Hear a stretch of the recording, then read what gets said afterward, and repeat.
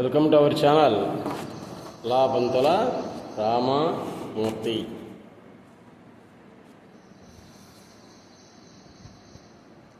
మన దేశాన్ని పరిపాలించినటువంటి రాజులలో చిత్ర విచిత్రమైనటువంటి జన్మ, అలాగే చిత్ర విచిత్రమైనటువంటి మరణం కలిగినటువంటి వాడు విక్రమార్క మహారాజు. విక్రమార్క మహారాజు మరణించిన తర్వాత ఆయన యొక్క శవంతో పాటు ఇంద్రుడిచ్చినటువంటి సింహాసనాన్ని భూస్థాపితం చేశారు ప్రజలందరూ కూడా. ఆ తర్వాత భోజ మహారాజు రాజు అయ్యాడు. ఆయన తామ్రశాసనాలు, శిలాశాసనాలు అన్నీ కూడా తిరగేసి కనుక్కున్నాడనమాట. ఆ భూమిలో రత్నసింహాసనం ఉందని కనుక్కున్నాడు. రైతుల ద్వారా దాన్ని బయటికి తీయించాడు. ఆ సింహాసనం మీద కూర్చోవాలి అనుకున్నాడు భోజ మహారాజు, కానీ ఆయనకి తెలియదు ఆ సింహాసనం మీద విక్రమార్క మహారాజు తప్ప ఎవరు కూర్చున్నా కానగై తలకాయ వేయి వ్రక్కలై మరణిస్తారు. ఆ ఇంద్రశాపం అనేటువంటిది ఉంది ఆ సింహాసనానికి. సరే, ఆ సింహాసనం మీద కూర్చోవాలనుకొని ఒక మెట్టు మీద కాలు పెట్టాడు భోజ మహారాజు. 16 ఇటు 16 సాలభంజికలు ఉంటాయి, అంటే మాట్లాడేటువంటి బొమ్మలు. అవి చెప్పాయి, విక్రమస్య ఔదార్యం త్వయి విద్యతే, విక్రమార్కుడు ఉండేటువంటి ఉదార బుద్ధి నీకు ఉందా అని అడిగాయి. అప్పుడు ఆయన అడిగాడు, కిం తస్య ఔదార్యం, అతని యొక్క గొప్పతనం ఏంటి అని అడిగాడు. ఈ రంగా సాలభంజికలు విక్రమార్క మహారాజు యొక్క చరిత్రనంతం కూడా వర్ణించారు. చివరికి ఆయనలాగా నేను పరిపాలించలేను అని చెప్పాడు. మళ్ళీ భూస్థాపితం చేశాడు. ఇంకా భోజ మహారాజు యొక్క రాజ్యం అయింది. ఇప్పుడు భోజుడు ఎంతో కష్టపడి సింహాసనాన్ని అధిష్ఠించాడు. భోజ మహారాజు యొక్క భార్య మహారాణి, ఆమెకి పెద్ద ఇంద్రభవనం లాంటి భవనాన్ని నిర్మించిచ్చాడు. ఆ భవనంలో పాప ఆమె ఒక్కతే ఉంటూ ఉందన్నమాట.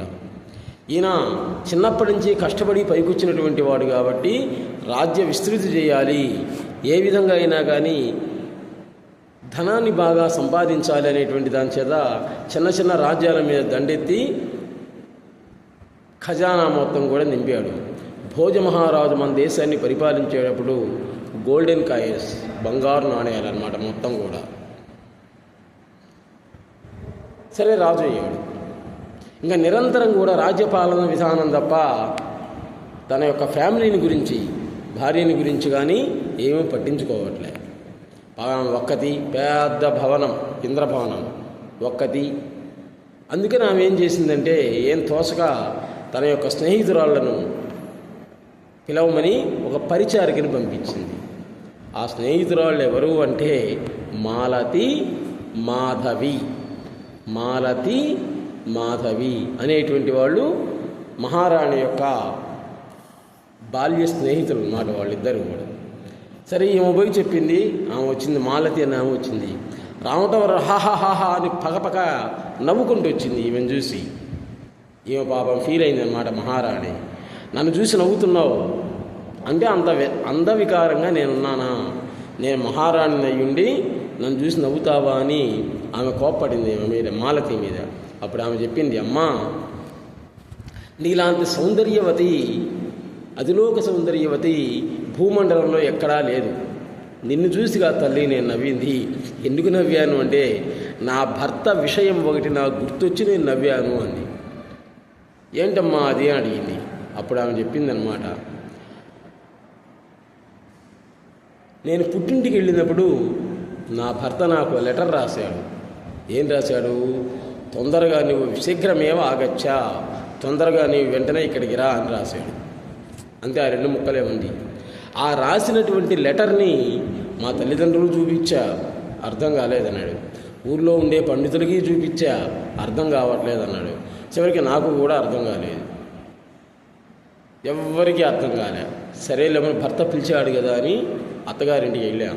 వెళ్ళిన తర్వాత, ఏమయ్యా స్వామి, నువ్వు రాసిన లెటర్ ఎవరికి అర్థం కాలేదు, ఒకసారి చదవమని చెప్తే అప్పుడు ఆయన చదివా. అంటే భర్త రాసినటువంటి రైటింగ్ అనేటువంటిది ఆయనకి తప్ప ఎవరికి అర్థం కాలేదు తల్లి, మాకు మా ఊర్లో ఎవరికీ అర్థం కాలేదు. ఆయన రైటింగ్ ఆయన తప్ప ఎవడు చదవలేడు. ఇంకా అట్లాంటప్పుడు నాకు లెటర్ రాయటం దేనికి అది గుర్తొచ్చిదే నవ్వుకున్నాను అంది. సరే ఈమె కూడా సృజి కలిపి ఈమె నవ్వింది, మహారాణి కూడా. ఇంకా రెండో అమ్మాయి ఉంది కదా మాధవి, ఆమె కూడా వచ్చింది. ఆమె కూడా ఈమెను చూసి పక్క పక్క పక్క పక్క నవ్వింది. నువ్వెందుకు నవ్వావు అని అడిగింది ఆమె. అప్పుడు ఆమె కూడా ఇదే సమాధానం చెప్పింది. నా భర్త యొక్క పరిస్థితి నాకు గుర్తొచ్చి నేను నవ్వాను అంది. ఏంటమ్మా అని అడిగితే అప్పుడు ఆమె చెప్పింది, భర్త నాకు లెటర్ రాశాడు పుట్టింట్లో ఉన్నప్పుడు. ఏం రాశాడు? త్వం శీఘ్రమేవా ఆగచ్చా, నీవు తొందరగా ఇక్కడికి రా, నేను వండుకోలేకపోతున్నాను, బట్టలు ఉతుక్కోలేకపోతున్నాను, కాబట్టి వెంటనే రా అని లెటర్ రాశాడు. అది నేను అందరికీ చూపించా, ఎవ్వడికి అర్థం కాలే. చివరికి అత్తగారింటికి నా భర్తకే చూపించా. చివరికి ఆయన చూసి ఏంది నాకు కూడా అర్థం కావట్లేదు అన్నాడు. అంటే ఆయన రాసినటువంటి రాత ఆయనకే అర్థం కాలేదు. బ్రహ్మరాత కంటే కూడా ఘోరంగా ఉంది అది. కాబట్టి నా భర్త కంటే కూడా నీ భర్త మేలు కదా అని అందుకని నవ్వాను అని. ఈ రకంగా పాపం ముగ్గురు, అంటే మాలతి, మాధవి, మహారాణి ముగ్గురు కూడా చాలా ఆనందంగా ఉన్నారన్నమాట. అప్పుడు గుర్తొచ్చింది ఈయనకు, భోజ మహారాజుకి భార్య ఎలా ఉందో ఒకసారి చూద్దాం కదా. రావటమే కనీసం తలుపు కొట్టాలిగా, అజయ్ల తలుపు నెట్టుకొని లోపలికి వచ్చాడు. ఆమె కోపం వచ్చింది. వీళ్ళ ముగ్గురు ఆడవాళ్ళు పాపం చాలా ఆనందంగా ఉన్నారు. ఆ ముగ్గురి మధ్యలో దూరాడు మనవాడు. మూర్ఖరాజా రా లోపలికి అయిందనమాట. చూడండి, ఇంకంతే, మూర్ఖరాజా రా లోపలికి అనగానే పాపం ఫీల్ అయ్యాడు భోజ మహారాజు. నా భార్యకు నేనంటే చాలా ఇష్టం, నాకు ఆమె అంటే ఇష్టపడే పెళ్లి చేసుకున్నాం. ఎంతోమంది యువరాణులు ఉన్నా కానీ ఈమె నాకు చాలా అనుకూలమైనటువంటిది కాబట్టి అతి ప్రేమను చూపించాము మీద.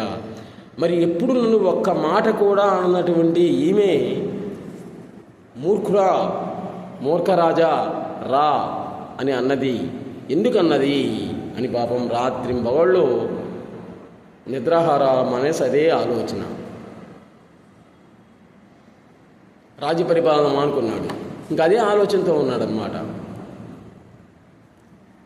ఇంకా ఏమి అర్థం కావాలి, ఎందుకన్నది అనేటువంటిది ఏమి అర్థం కాలే. చివరికి ఈయన ఇంకా ఒకటే ఆలోచించాడు, దీనికి సమాధానం కావాలంటే నా రాజ్యంలో ఉన్నటువంటి మహాపండితులను, కవులను, మంత్రులను అడగాలి. ఎలా? భార్య అవమానపరిచింది అంటే నామూషి కదా. అందుకని ఈయనేం చేశాడు, ఒక ప్లాన్ వేశాడు. ఆ ద్వారపాలకుడి దగ్గరికి వెళ్ళాడు. ఒరే, ఈరోజు నీకు లీవు, ఇంటికి వెళ్ళిపో ప్రశాంతంగా అని వాడి వేషాన్ని ఈయన వేసుకున్నాడు. తలపాగా, చినిగిపోయినటువంటి చొక్కా, పంచా కొట్టుకొని, ఒక కర్ర కొట్టు పట్టుకొని, ద్వారపాలకుడు కదా, ఆ ద్వారం దగ్గర నిలబడినాడు. అప్పుడు వాడు వెళ్ళిపోయాడు ప్రశాంతంగా. ఆ వేషం వేసుకొని, ద్వారపాలకుడు వేషం వేసుకొని భోజ మహారాజు వాకిలి దగ్గర నిలబడ్డాడు, ద్వారం దగ్గర. ఈలోపు ఒక మంత్రి వచ్చాడు. మూర్ఖరాజా రా కూర్చో లోపల అన్నాడు. ఆ రకంగా కవులు, గాయకులు అందరినీ కూడా, మంత్రివర్గాన్ని మొత్తాన్ని కూడా మూర్ఖుడా అంట మొదలుపెట్టాడు. చివరికి వచ్చాడు మనవాడు కాళిదాస మహాకవి. కాళిదాస మహాకవి అంటే తెలుసు కదా, కాళికాదేవిని కాళికాదేవి వరప్రసన్నుడు. కాళికాదేవి ప్రత్యక్షమయ్యి ఆయనకు కవిత్వాన్ని ఇచ్చిందనమాట. అటువంటి వాడు కాళిదాస మహాకవి. నీకు ఏ ఇబ్బంది వచ్చినా కానీ నన్ను స్మరించు, నీ ఆ సమస్య తీరుస్తానని హామీ ఇచ్చింది అమ్మవారు కాళీమాత. అటువంటి గొప్ప శక్తి సంపన్నుడు కాళిదాస మహాకవి. సరే, ఈయన కూడా వచ్చాడు. మూర్ఖరాజా పోయి కూర్చోపో అన్నాడు. మిగిలిన వాళ్ళు ఎవ్వరూ కూడా ఆయనకి భయపడి సమాధానం చెప్పలే. అప్పుడు ఈయన అడిగాడు, కహా మూర్ఖ, ఎవడు మూర్ఖుడు? నువ్వు మూర్ఖుడు అయి ఉండి మమ్మల్ని మూర్ఖుడు అంటున్నావు, అందరినీ, లోపలికి వచ్చే వాళ్ళందరినీ. నువ్వు మూర్ఖుడు కాబట్టే నీ భార్య ఆమె స్నేహితురాలతో ఆనందంగా ఉన్నప్పుడు ఇద్దరి మధ్యలో దూరావు. ద్వయో మధ్య తృతీయ నభవేత్ సహా మూర్ఖ యహా ఖాదన్ గచ్చతి. ఎవడైతే నడుస్తూ తింటాడో, ఇద్దరు ఆనందంగా ఉన్నప్పుడు ఇద్దరి మధ్యలో మూడో వాడిగా ఎవడైతే దూరతారో, గడిచిపోయినటువంటి దాన్ని స్మరిస్తూ బాధపడుతూ ఉంటాడో వాడు మూర్ఖుడు.